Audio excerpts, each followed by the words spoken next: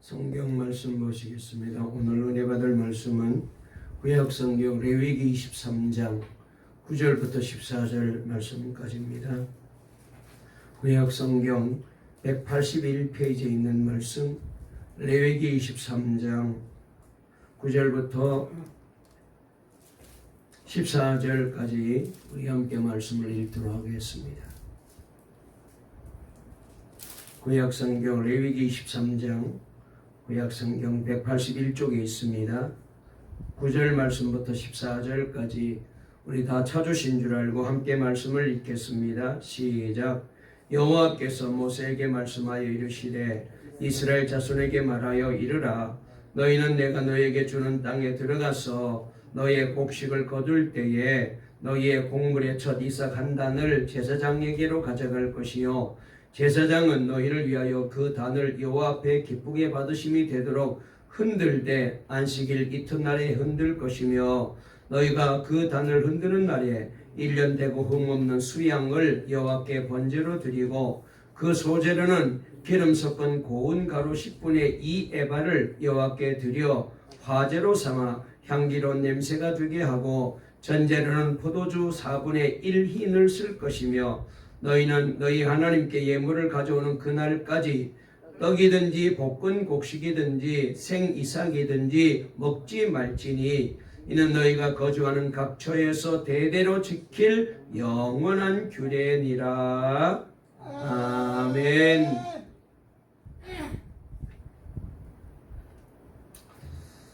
할렐루야.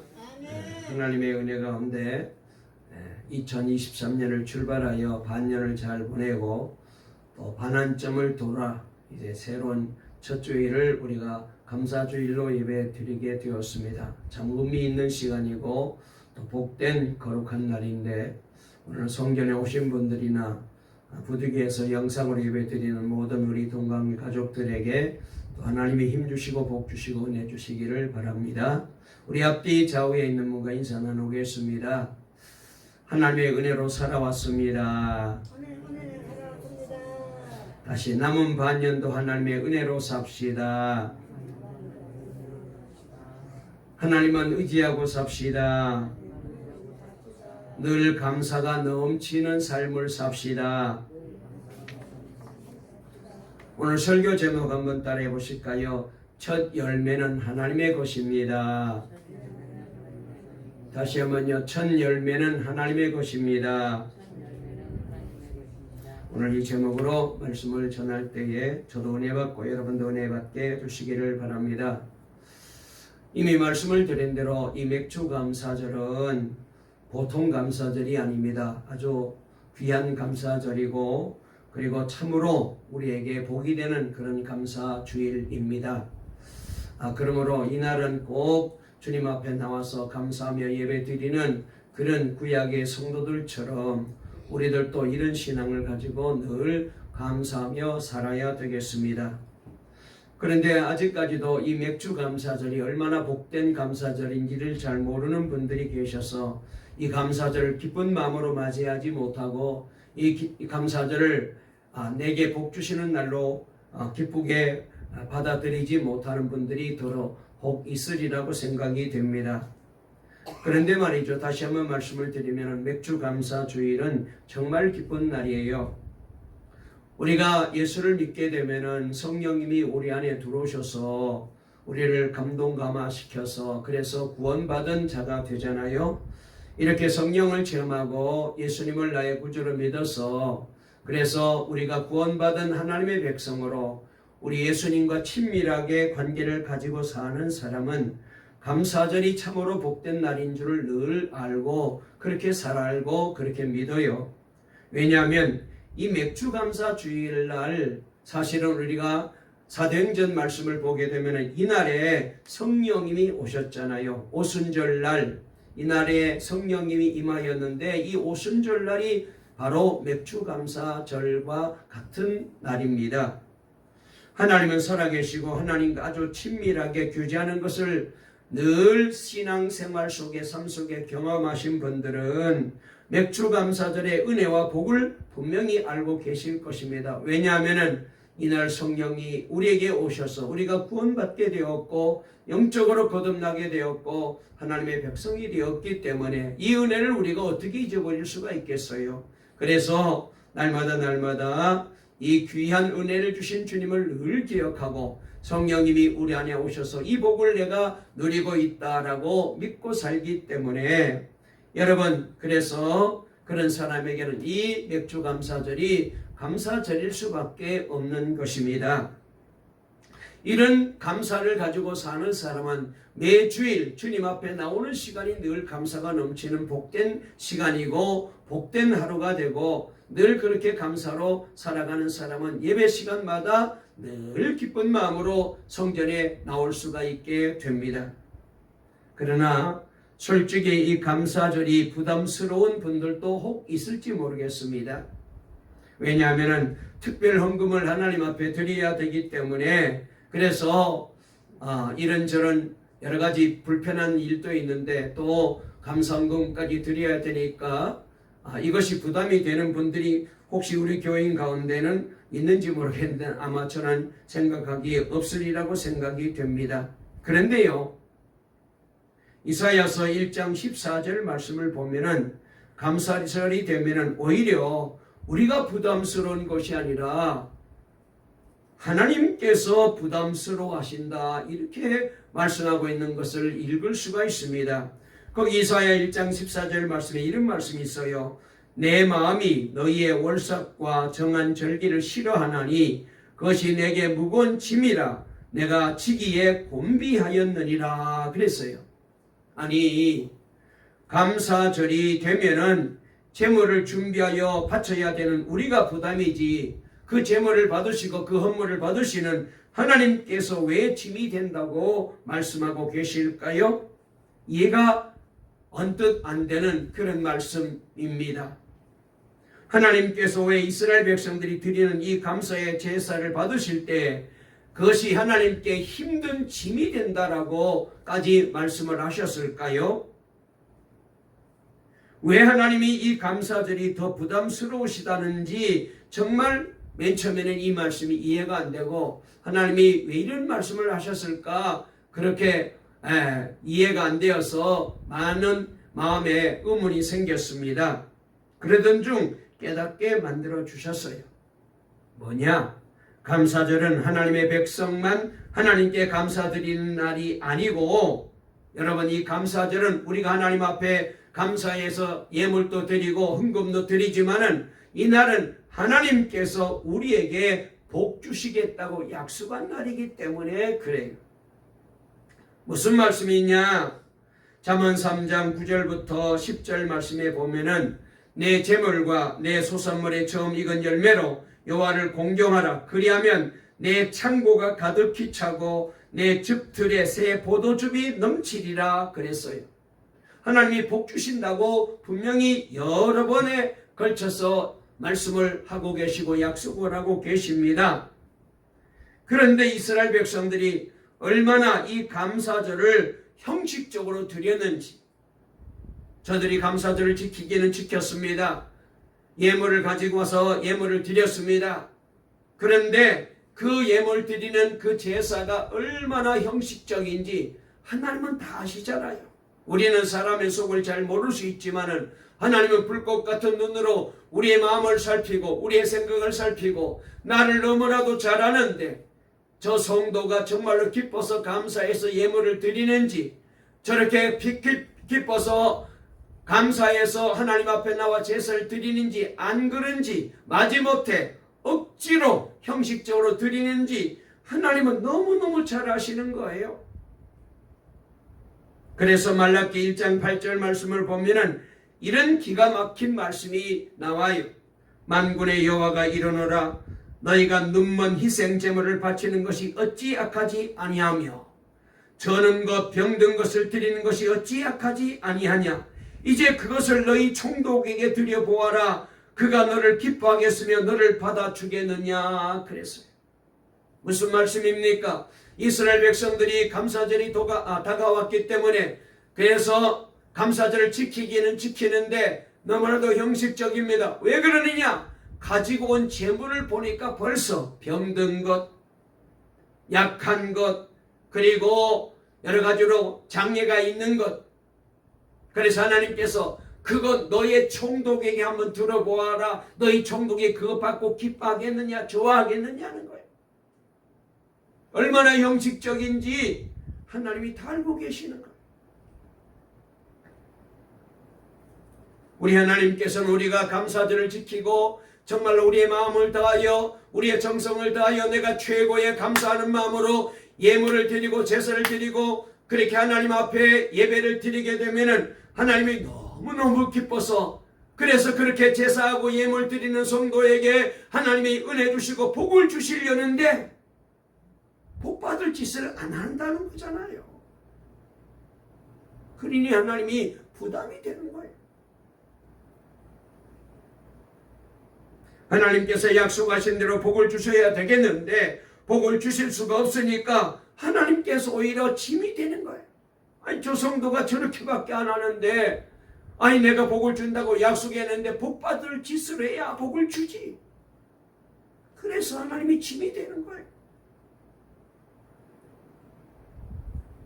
이스라엘 백성이 겉으로만 감사를 드렸지 마음이 없는 감사를 드렸기 때문에 하나님이 짐이 되는 거예요.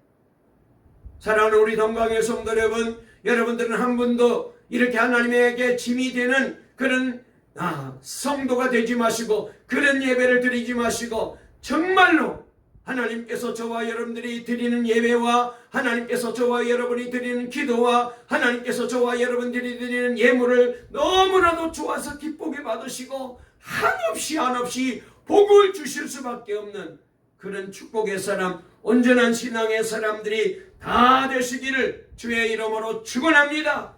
형식으로 드리면 안 돼요. 하나님은 잘 아셔요.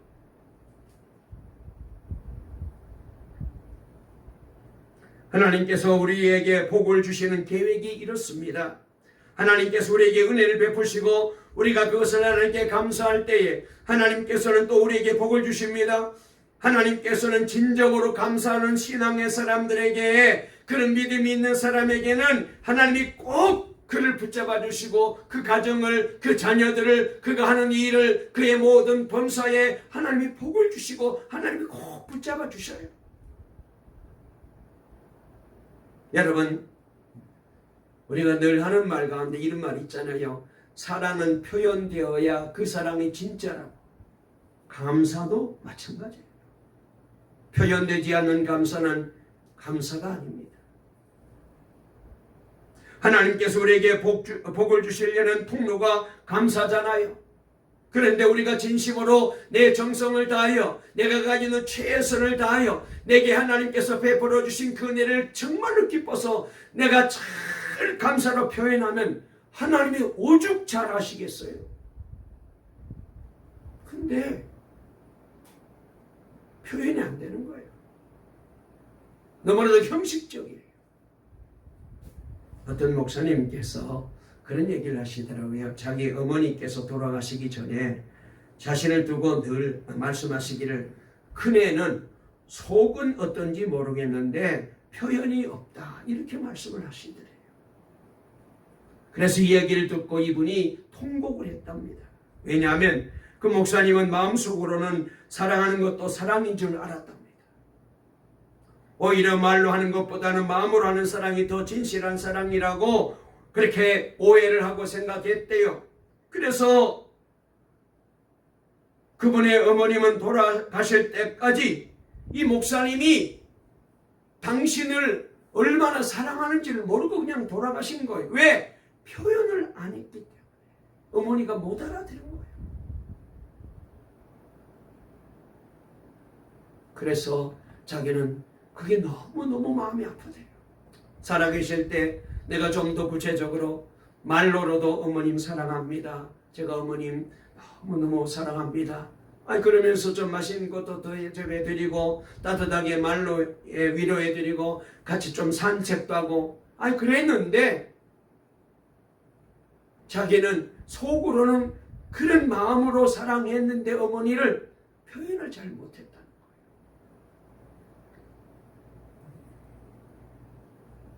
표현이 없어서 표현이 없는 것은 사랑이 아닙니다. 여러분, 감사도 마찬가지입니다. 감사는 표현되기까지 감사가 아니에요.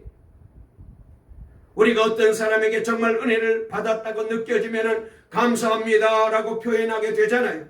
감사합니다 하는 표현이 없다면 그에게 별로 도움이 안 되거나 필요 없다는 뜻이기도 합니다.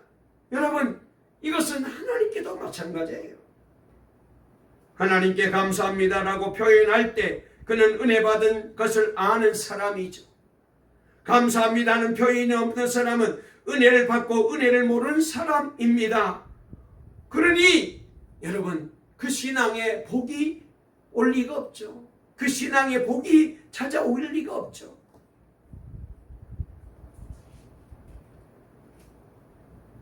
여러분은 하나님께 얼마나 감사를 표현하십니까? 지난 한 주간 동안 여러분이 하나님의 그 은혜 중에 살았음을 정말로 진심으로 이 시간 예배 드리면서 하나님 앞에 감사하고 그런 받은 은혜를 표현하며 예배를 드리고 계십니까? 그래서 그 사실을 정말로 우리가 깨닫고 믿어서 오늘 진심으로 내 마음속에 감사가 넘쳐서 그렇게 하나님을 예배 드리고 싶어서 이 자리에 오셨습니까? 하나님 정말 감사합니다. 하나님, 제가 감사의 제사를 드리고 싶습니다. 여러분, 그런 마음으로 이 자리에 오셨습니까? 하나님이 다 보시고 아셔요. 그렇다면 여러분이 이 예배를 너무 기쁘게 받으실 거예요. 그러나 오늘 예배에 오시기는 했는데 감사의 표현이 만약에 없었다면 여러분은 은혜를 전혀 은혜로 여기지 않고 살아온 거예요. 그러니 무슨 복이 있겠습니까? 감사는 하나님이 복 주심과 밀접한 관계가 있어요. 여러분, 우리가 기억해야 돼요. 하나님이 우리에게 복을 주실 때에 이 감사가 중요해요. 그래서 이 감사는 내가 하나님 앞에 복 받는 가장 중요한 비결이에요.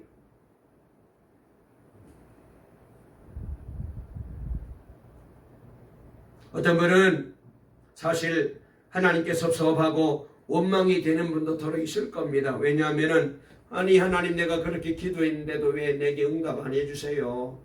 내가 이렇게 힘들고 어려운 일이 있는데, 어려운 사정이 있는데 왜 하나님 내가 이 문제를 해결해 달라고 기도했는데 계속해서 어려움만 주시고 힘들게 합니까? 아마 낙심이 되는 분도 계셔요. 저를 보세요. 눈을 크게 뜨시고 저를 보세요. 예배 시간에 저를 보세요.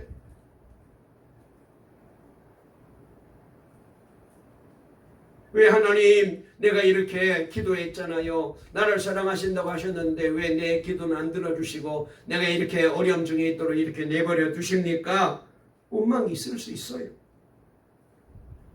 여러분, 그런데요, 그렇다면 응답받지 못한 것만 생각하지 마시고 이미 받은 은혜에 대해서 한번 되돌아보세요. 정말로 하나님께서 내게 안 주신 것만 있을까요? 감사할 일이 한 가지도 없을까요? 아마 되돌아보시고 생각해 보면은 안 주신 것보다 주신 것이 1000가지, 10,000가지가 넘칠 거예요. 감사할 일이 많이 있을 겁니다. 여러분, 감사가 없는 자의 삶은 그래서 결단코 복이 될 수가 없어요. 여러분, 성경에 나오는 무서운 죄 중에 하나가 원망과 불평하는 죄입니다. 이스라엘 백성들이 출애굽하고도 약속의 땅 가나안 땅에 들어가지 못했잖아요. 왜요? 여호수아와 갈렙 외에는 아무도 가나안 땅에 들어가지를 못했습니다. 광야에서 불평하다가 다 죽고 말았잖아요. 이것이 감사가 없는 죄예요. 감사가 없으면 하나님 주실 복이 없어요. 그런데 많은 사람들이 자기가 감사가 없다, 원망과 불평의 죄를 가지고 사는지를 잘 몰라요. 자신은 그런 사람이 아니라고 화를 냅니다. 아니, 나 감사해요.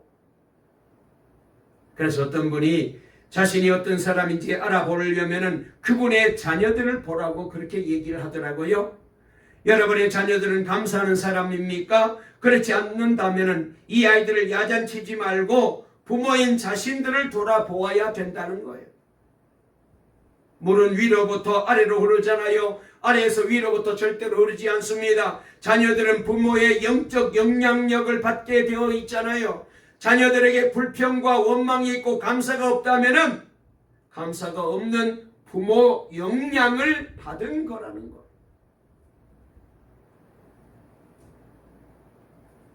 여러분, 우리는 얼마나 자기 중심적인지요. 하나님은 당연히 우리에게 사랑을 베푸시고 구원해 주셔야 하는 분으로 여기는 경향이 있어요. 그러므로 구원받은 것에 대한 특별한 감격이 별로 없는 거예요. 그러나 그렇지 않습니다. 하나님은 우리를 얼마든지 그냥 지나칠 수도가 있잖아요. 여러분, 우리 하나님이 꼭 나를 구원해야 될 의무가 있나요? 그럴 자격이 우리에게 있나요? 없어요. 하나님이 나를 내팽개친다 할지라도, 나를 하나님이 버리신다 할지라도, 지옥에 보낸다 할지라도 우리가 여기에 대해서 항의할 이유가 있어요? 없어요. 그런데 전혀 구원받을 수 없는 나를, 구원받을 만한 자격이 없는 나를, 하나님 보실 때에 정말로 못난 나를 하나님이 예수를 믿도록 불러주시고 구원해 주시고 이렇게 하나님의 자녀로 살게 만들어 주셨잖아요. 여러분, 아직도 예수 믿지 못하는 사람들이 주변에 얼마나 많습니까? 그런 하나님은 우리를 지나치지 아니하셨습니다. 전도를 받게 하셨고 믿음을 주셨고 구원받게 하셨습니다. 이게 얼마나 놀라운 일이에요.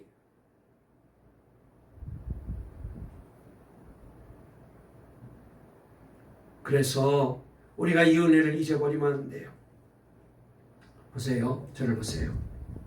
지난주에 전라남도 순천시 서면 은평리에 위치한 죽동마을에 돈벼락이 떨어졌다는 뉴스를 아마 여러분들이 다 보셨을 거예요. 난리가 났어요. 이 마을 주민들은 적게는 2,600만 원부터 최대 9,020만 원까지 거액의 현금을 통장으로 입금을 받았어요. 이 돈의 출처는 이중근 부영그룹 회장의 개인 돈이 그들에게 전달된 거예요. 이중근 회장은 은평리 6개 마을 280여 세대 주민들에게 마을 거주 연수에 따라 5단계로 차등해서 세금을 공제한 뒤에 이렇게 현찰로 그분들에게 나눠줬다는 거예요. 이유는 단 하나, 고향 마을을 지키고 사라져서 너무 고맙다고 이분이 한 거예요. 세상에 이런 분이 있어요. 이분은 1941년 죽동마을의 한 농가에서 태어나 가난한 어린 시절을 보냈다는 이 회장님은 자신의 어린 시절을 도와줬던 고향 마을 사람들에게 이렇게 고마움을 표시한 거예요. 그런데 그것만 아닙니다. 이 회장님은 자신이 졸업한 서면 동산초등학교 25회 동기들에게, 그리고 순천중학교 15회 동기들에게, 순천고등학교 8회 동창생들에게 다 현금을 나눠줬어요. 초등학교, 중학교 동창들에게는 1억씩 주고 고등학교 동창들에게는 5천만 원씩을 나눠준 거예요. 장로님, 우리 그 학교를 졸업해야 되는데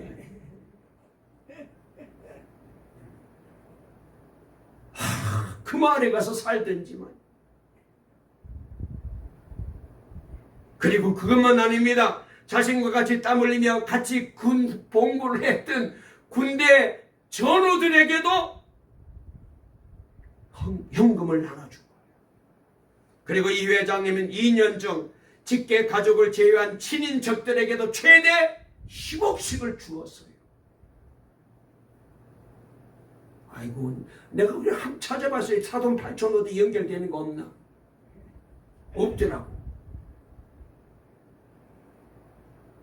이렇게 현금으로 기부한 금액이 총 1,400억에 이르. 개인 돈으로. 이렇게 큰 선물을 받은 고향 마을 주민들은 이중근 회장에게 고맙고 감사하다는 말씀을 드릴 것밖에 없다고 너무너무 고맙고 감사하다면서 마을에 이 회장 공덕비를 세우는 안건에 대해서 논의 중이라고 얘기해요. 그럴만하죠. 세상에 이런 분이 어디 있습니까? 모두가 다 아마 평생 이번에 이렇게 현찰로 준 돈의 고마움을 잊을 수가 없습니다. 여러분, 살 집이 없어서 힘들 때 어떤 사람이 아무 이유도 없이 내게 집 한 채를 주었다면 얼마나 감사하겠습니까? 굳이 줄 이유도 없는데 집을 주었다면 평생 감사할 것입니다. 집 하나 은혜로 얻어도 평생 감사할 것이라면 돈 몇천만 원, 돈 1억만 내게 베풀어 줘도 이게 얼마나 감사한지 평생 감사할 일인데, 그런데 저와 여러분들은 그 정도가 아니잖아요. 영생 구원을 은혜로 받았어요. 이걸 돈으로 따지면 얼마나 될까요? 어떤 감사를 들어야 이 은혜를 갚을 수가 있냔 말이에요. 우리는 아무런 받을 자격이 없는데 전적으로 하나님께서 나를 비켜가지 아니하시고 나를 택하여 주시고 내게 은혜를 주시고 내게 믿음을 주시고 나에게 구원을 주신 거잖아요. 이 얼마나 놀라운 일인가를 여러분, 예배가 끝나고 난 다음에 집으로 돌아가시면서 여러분 주변에 구원받지 못하고 아직까지도 겉으로는 멀쩡하지만 이제 곧 지옥불로 향하여 걸어가는 저 수많은 멸망받을 사람들을 한번 바라보시면서 나를 생각해 보시라고. 우리는 그런 길을 가지 않잖아요. 구원의 길로, 영생의 길로 걸어가고 있는데 하나님이 나를 구원해 주셔가지고 이 복을 누리는데 그분들은 그런 복을 못 받았잖아요. 우리가 그 순천의 그 마을 그 동창생들 그분들은 그런 복을 받았는데 우리 못 받았잖아요. 그래서 얼마나 아이고 나도 그분과 좀 관련이 있어서 뭔가 얻어먹을 텐데 그런 아쉬움이 있잖아요. 그런데 저 안 믿는 불신자들은 그 정도가 아니에요. 우리가 받은 이 구원의 은혜는, 이 구원의 복은 그 정도가 아니라니까. 어마어마한 복을 받은 거예요.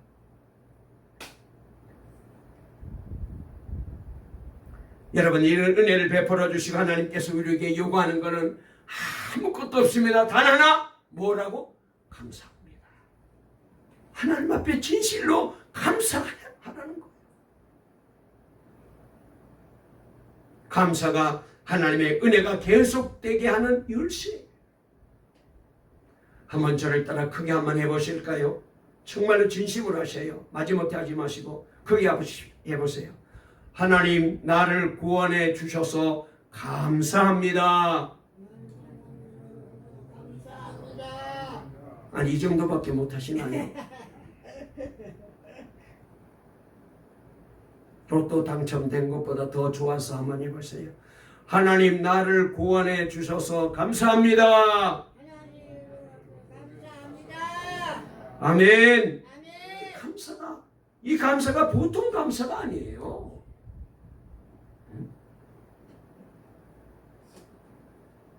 하나님께서는 하나님의 백성들이 지켜야 될 세 가지 감사 절기를 말씀하셨어요. 첫째는 애굽으로부터 구원받은 날을 기념하는 유월절을 지켜라. 두 번째로는 첫 열배를 추수하여 드리는 맥주절을, 맥주감사절을 지켜라. 세 번째로는 추수한 곡식을 저장하면서 드리는 수장절, 추수감사절을 지켜라. 이렇게 말씀을 하셨습니다. 그런데 이 세 절기 중에 가장 독특한 감사절이 바로 이 첫 열매를 드리는 맥주감사절입니다. 정말 이해하기 어려운 감사절기가 바로 이 맥주감사절입니다. 많은 분들이 첫 열매를 드리는 감사절이 있는지도 몰라요. 그래서 놓쳐버립니다. 그리고 어떤 분들은 추수감사절은 큰 감사절이고 맥주감사절은 작은 감사절로 하는 분도 계십니다. 그래서 에이, 맥주감사절 요새 같은 시대에 뭐 우리가 농사 짓는 것도 아닌데 무슨 맥주감사절이야. 여러분, 그래서 아예 우습게 생각하는 분도 계셔요. 정말로 성경을 몰라도 너무 모르는 거예요. 하나님이 이 감사에 대해서 너무 모르는 거예요. 일반적으로 맥주감사절이 추수감사절만 못한 감사절로 여기는 경향이 있는데요. 그러나 실제 그렇지 않습니다. 하나님께서는 반드시 맥주절을 지키라고 말씀하셨어요.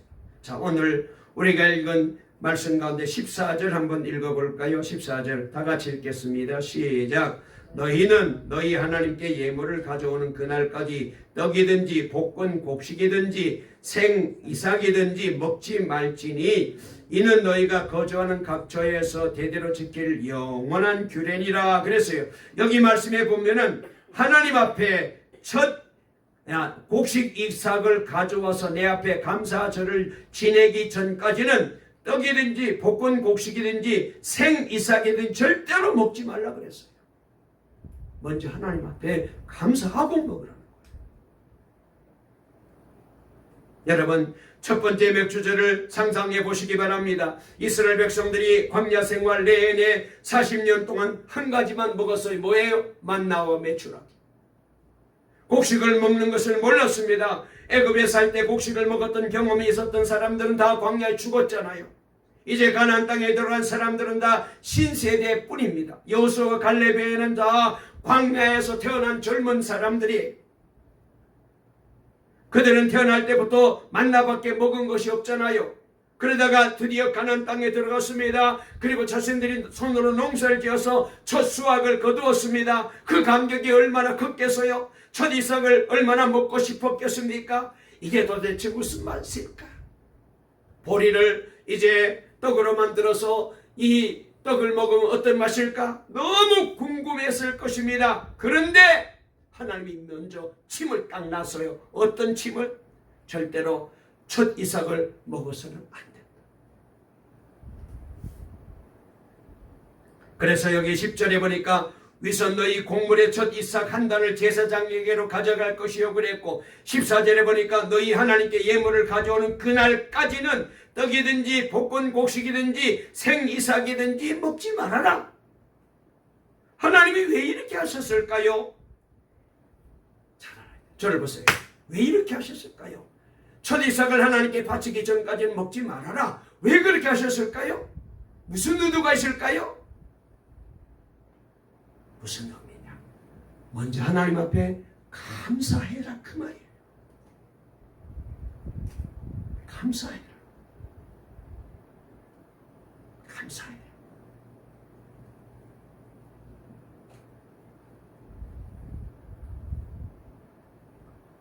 아무리 작은 것이라도 감사를 잊으면 안 된다는 거잖아요. 끝난 후에 감사할 생각을 하지 말고 시작부터 감사하라는 것입니다. 시작이라고 소홀히 여기지 말고 작다고 어렵다고 감사를 잊으면 하나님은 복을 주실 수가 없대요.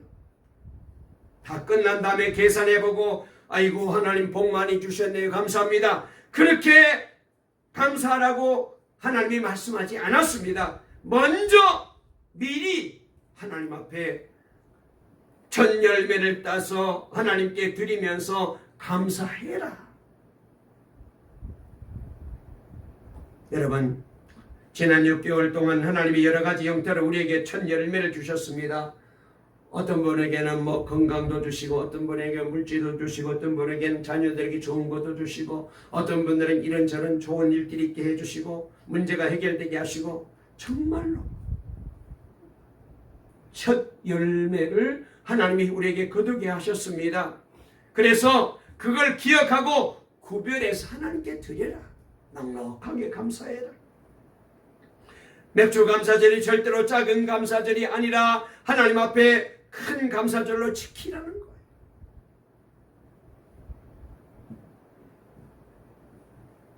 청교도 얘기를 잠깐 할까요? 신앙의 자유를 찾아서 미국을 떠난 청교도가 미국에 도착하기는 102명이 도착했지만 출발한 사람은 153명이었어요.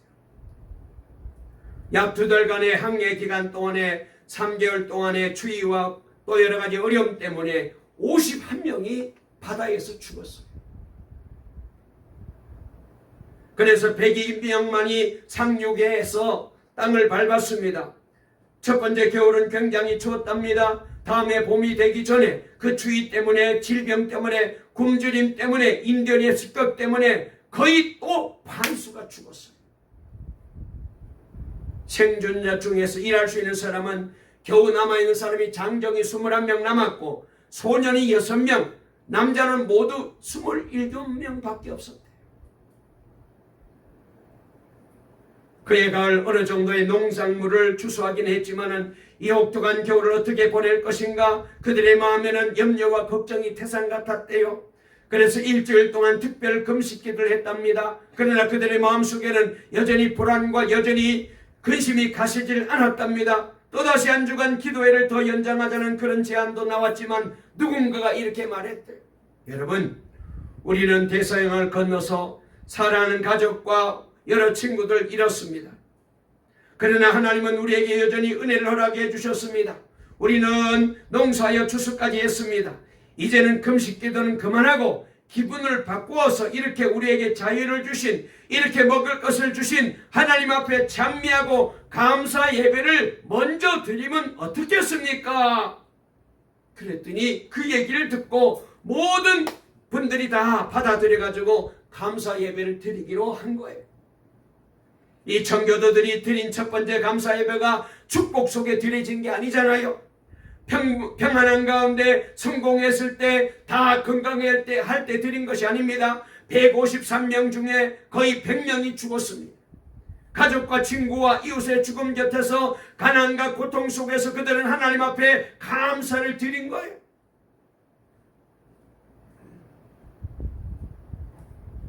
링컨 대통령에 의하여 추수감사절이 국가 공휴일로 정해진 것도 평화와 축복 때 시작된 것이 아니었습니다. 남북 전쟁의 참화 속에서 경제가 어두워지고 정치적으로 사회적으로 고통하고 있을 그때에 감사절을 지키도록 온 국민들에게 공포한 거예요.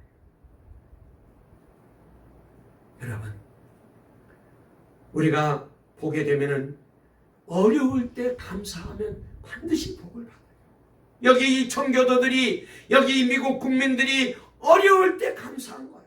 일이 잘 돼가지고, 그래서 모든 일이 다 형통하고 좋아서, 그래서 너무 기뻐가지고 감사한 게 아닙니다. 도무지 감사할 수 없었는데 감사한 거예요. 그랬더니 하나님이 그런 미국을 만들어주시고 그런 복을 주셨어요. 말씀을 마치려고 합니다. 지금 우리도 가정적으로, 경제적으로, 환경적으로 어렵고 힘든 시대를 살고 있습니다. 그러나 두려워하지 마시기를 바랍니다. 우리에게는 하나님이 함께 하셔요. 하나님께서 오직 하나 명령하셨습니다. 뭐라고요?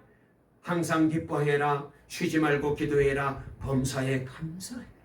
이것이 그리스도 예수 안에서 너희를 향하신 하나님의 뜻입니다. 그동안 우리가 잘 살아보려고 얼마나 애를 많이 썼습니까? 그러나 한 번도 시도해 보지 않은 것이 있다면 감사로 시작하는 거예요. 감사로 출발하는 거예요. 마치 청교도들이 미국에 도착해서 그 어렵고 힘든 상황에 도저히 감사할 수 없는데 감사로 시작했더니 그 복을 지금 미국 온 국민들이 누리게 된 거죠. 그리스도인의 감사는 번영과 안정과 축복과 성공의 때 시작된 것이 아니라 죽음과 질병과 가난과 고난 속에서 시작된 것이라는 공통점을 가지고 있습니다. 우리가 하나님께 감사를 표현할 때 하나님과의 관계 영적인 불꽃이 일어날 거예요. 하나님은 죽음과 질병과 가난과 고통 속에서도 하나님을 바라보면서 감사하고 찬송하는 자들에게 큰 은혜를 베풀어 주십니다.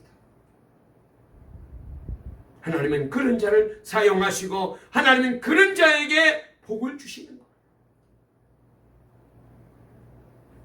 이렇게 말씀을 드리겠습니다. 감사가 살 길입니다. 감사가 가정이 일어나고 개인이 살고 교회가 잘 되는 길입니다. 다시 한번 이 맥주절을 맞이하여서 우리가 적당히 그저 얼마 감사금 드리면서 그저 그냥 감사절을 지키자니까 할 수 없어서 마지못해서 그렇게 여러분 오늘 이 시간 예배에 나오셨다면 마음을 바꾸셔. 그런 신앙으로 복 못 받아요. 온전한 감사로 하나님 앞에 시작하십시다. 마치 성경에 나와 있는 이스라엘 백성들처럼 그리고 미국 청교도들처럼 우리도 어렵지만은 도저히 어렵지만 하나님 앞에 베풀어 주신 은혜를 기억하며 진심으로 감사하며 예배드리고 찬송하고 하나님 앞에 나와서 감사하며 살아갈 때에 하나님이 우리 교회와 우리 성도들과 우리의 가정과 사업장, 여러분이 하는 모든 일에 우리 자녀들에게 하나님이 크게 복 주실 줄로 꼭 믿으시기를 간절히 주의 이름으로 축원합니다. 축원합니다. 살아계신 하나님 아버지 감사합니다. 하나님의 은혜 가운데 맥주 감사절을 맞이했습니다. 아버지 하나님, 이 맥주 감사절이 얼마나 큰 절기고 얼마나 하나님이 귀하게 여기시는지를 다시 한번 말씀을 통하여 우리가 살펴보고 깨달았습니다. 그동안 우리도 형식적으로 적당히 감사하며 살아왔는데 이제부터 우리도 감사하며 우리의 삶을 시작하려고 합니다. 감사하며 사업을 시작하고 감사하며 직장을 다니고 감사하며 인생을 출발하려고 합니다.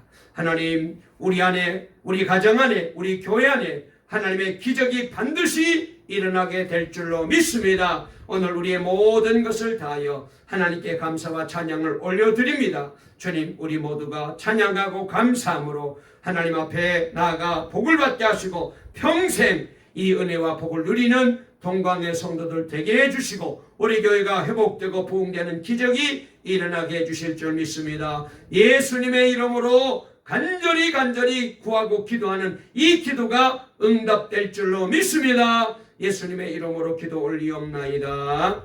아멘.